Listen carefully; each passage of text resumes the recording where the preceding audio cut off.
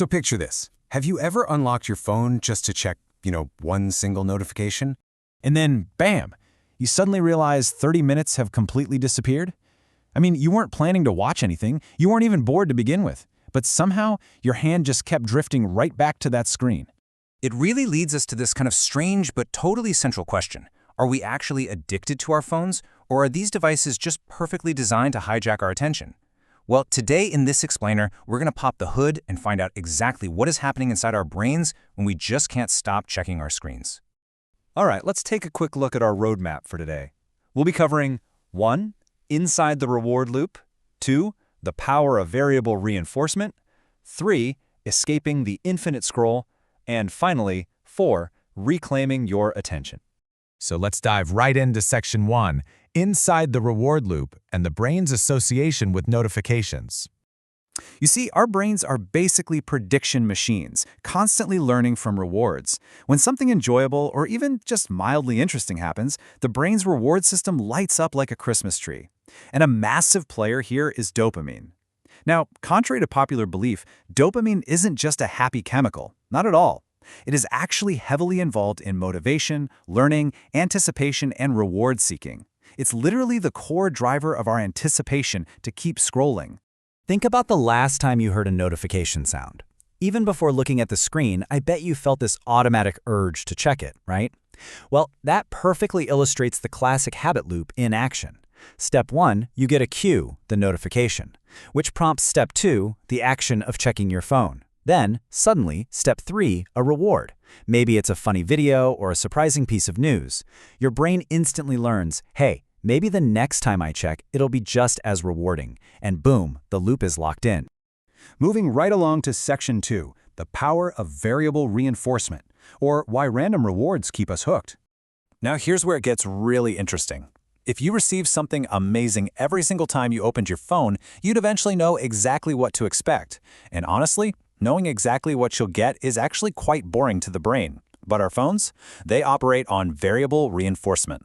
That means rewards arrive completely unpredictably. Sometimes it's a great video, sometimes a text, and sometimes absolutely nothing. It acts exactly like a slot machine in your pocket, making the behavior incredibly persistent. Because you never know whether the next check is going to be boring or super interesting, your brain keeps asking this one underlying question. What if there's something new? This constant what if turns a simple little ping into a massive cue that makes us reach for our devices almost automatically. Seriously, it's why you sometimes unlock your phone, stare at the screen, and completely forget why you even picked it up in the first place. All right, let's hit Section 3, Escaping the Infinite Scroll. We'll look at design features and the boredom factor. So these random rewards become even more powerful when they're paired with some very clever app design. In the physical world, when you finish reading a page, you reach the bottom, right? You stop. But with infinite scrolling, there is almost never an obvious stopping point. Infinite feeds never give your brain a clear signal saying, okay, you're finished. And without that obvious cue to stop, your brain just keeps going. One video turns into 5, 5 turns into 20. And we actually compound this whole issue by how we handle waiting. Think about sitting in a classroom before it starts, waiting for a friend, or just standing in a queue. We've literally trained ourselves to instantly remove these tiny moments of boredom by whipping out our phones and scrolling. But here's the thing. Embracing boredom actually gives your mind the necessary space to think, to imagine, to observe, and to just simply rest. If we constantly reach for our screens, we become less and less comfortable with doing absolutely nothing. So, this brings us to a crucial point. We really need to redefine our understanding of addiction. Look, using your phone a lot doesn't automatically mean you have a genuine behavioral disorder. There's a really big difference between frequent use, a strong habit, and a true addiction. So, rather than just obsessing over your screen time hours, ask yourself this highly useful question instead. Is my phone use interfering with my sleep, my school, my relationships, my responsibilities, or my ability to focus? That is the real metric we should be looking at.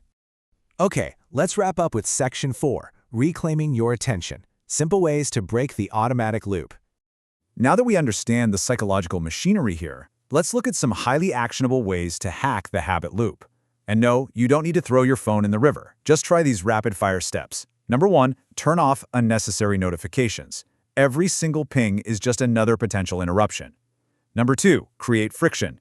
Move those distracting apps away from your home screen, or even log out, just to make that automatic action slightly harder.